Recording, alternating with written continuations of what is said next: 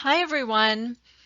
This is our lesson on capitalization. And when I look at this slide and the title, Capitalization, the rules, I feel like I'm a broken record. We've been talking so much through the entire first, probably about half of this whole course about rules and exceptions to rules, about grammar issues and the English language. Now, bear with me because capitalization rules typically don't have exceptions, which is nice to finally realize that there are some rules that we should follow 100% of the time, and they will be correct. So, let's go through our capitalization rules. Capital letters are always used at the beginning of a sentence. Always. So if they're not, then they're not grammatically correct. And if they're not, sometimes it's a style thing, sometimes it's a advertising style choice. Whatever it is, it's fine, but it's incorrect. So for all your writing, you always need a capital letter at the beginning of each sentence. Our examples here, very general. Dogs are noisy. Dogs is the first word. It needs a capital. Children are noisy too. Again, children, first word, needs a capital. You may notice in text speak and in chat, things like that, we avoid capital letters, usually because it's often an extra click or an extra finger press to create a capital letter, but it's a great habit to put capital letters at the beginning of your sentences, no matter where you're writing, whether it's in an email, in a paper, or in a text. The first person pronoun, I, must always be a capital. And this is one, again, we see in chat or text. We just put a little I, a lowercase I, but you and I, we are important, so we should have a capital I to represent ourselves. So 2 examples here. Yesterday, I went to the park. He isn't like I am. I must be capitalized. Just like I am important and need a capital letter for the pronoun I, other people are important as well. So the proper names and titles of people need to have capital letters. So for example, Winston Churchill, very important person, and we must capitalize his first and last name. Mom. When we are talking about mom, that is how I am addressing her. That is the name I'm calling her. Mom. If you were to say my mom or that mom, not a specific name, then you don't need a capital. But when I'm saying, Mom, can you help me? I'm addressing her directly, talking about her specifically, and so she is a capital. That's her name. Her name to me is Mom, so it needs to be capitalized. We have the Queen of England. That is her title, and her title is capitalized. We don't have to capitalize the or I guess they call them insignificant, but prepositions, our ofs and our ats and things like that. We don't need to capitalize those, just the most important words of the title.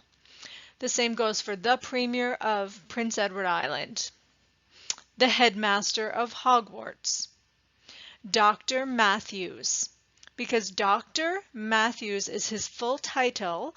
Both Dr. and Matthews must have capital letters.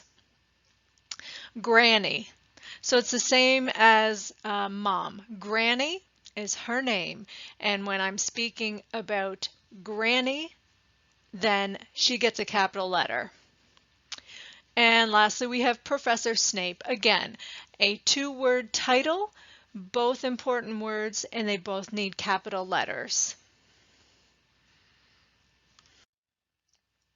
Also, titles of works, books, movies have capital letters. Again, of the very significant words. So War and Peace. And doesn't need a capital because it's not a very significant word in the title. The Merchant of Venice. You'll notice here we have the capitalized because it is part of the title and it begins the title. So it gets a capital as well. Crime and Punishment and Spider-Man 2. So rule is you capitalize each word of the title that's significant, and if the comes at the beginning, we capitalize that as well. Also, months of the year, days of the week, and holidays need capital letters. So everything from January to Friday, Easter, and all of the holidays in between. We also capitalize the first letters in the words that make up the names of organizations, businesses, and schools. So just like these are considered their proper titles or proper nouns, we would give them capital letters. So Starbucks, Holland College, and notice it's both Holland and College that receive capital letters. Fair Isle Ford, the Vatican, Republican Party. So as long as they are their official names of their organization, business, or school, they receive capital letters. Again, you notice the with respect to the Vatican is not capitalized. Now, in many instances, you may see that it is, and that all depends on the style guide you're using or following in your writing. For example, often we use APA style guide. There's also MLA, Chicago style. So really, it depends on the style guide whether you would capitalize your the. If you're not sure, you can also do a little Google search and see if the is often capitalized when you're talking about the specific place or person or word that you are attempting to capitalize. We also must capitalize names of regions, states, districts, cities, towns, streets, parks, geographical formations, place names, when they are the proper name. California, Nova Scotia, Empire State Building, Wall Street. So if it is a proper name, you must capitalize it. You also need to capitalize the names of courses and diplomas and degrees. So Marjorie studied French at university. So French is, in this situation, her course name. So it must have a capital. Hal is majoring in English. Again, English is the course name, so it receives a capital letter. She is taking Chemistry 101 and Economics 406. And our last example shows a degree name. Eric holds a Bachelor of Arts degree from McGill University. So again, we have Bachelor and Arts capitalized. Our little of is important, but it is not deemed a significant word, so it does not get its capital letter. Another rule is to capitalize adjectives that relate to nationality and language.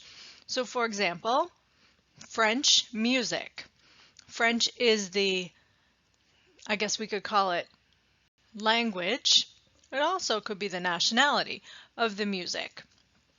Australian animals, German literature, And notice that it's only the adjective, the describing word, that gets the capital letter and not the noun. Also in a sentence, I speak Chinese. So Chinese is the language, and he understands English. Again, English is the language, and it needs to have a capital letter. Our last rule is with respect to brand names. And here's the rule that kind of has some exceptions. And it is because of branding and marketing and the stylistic choices of graphic designers, marketing execs, or whoever creates the names. So you'll notice in our graphic, like Facebook does not have a capital F. Adidas, Amazon, many of these words, which are also used as logos, do not have capital letters. So this is one where there's a little bit of leeway whether or not you do choose to put the capital letter. Again, if you're not sure, you can look around to see, even on their websites or in other publications, see how they're capitalized, whether it is they ignore that there's no capital in the logo and put one in the writing, or whether they just stick with what they see from the designers or the marketers and stick with the lowercase letter. So it's up to you to kind of investigate on those situations. And this is the one rule where you have a little bit of gray area where it could go either way. So I hope these rules for capitalization have been helpful. A lot of them are common sense, and a lot of them are things you recognize because you've seen them before. But we are seeing so much, I guess I wouldn't say avoidance of capital letters, but how about so much, I guess, disregard for even using capital letters these days, that sometimes it's more common to see the errors than to see the correct uses. So I would encourage you to be cautious of that and be aware of that, and continue to build your reputation as a good English speaker and writer. Use capitals where appropriate, and continue to model good capitalization behaviors.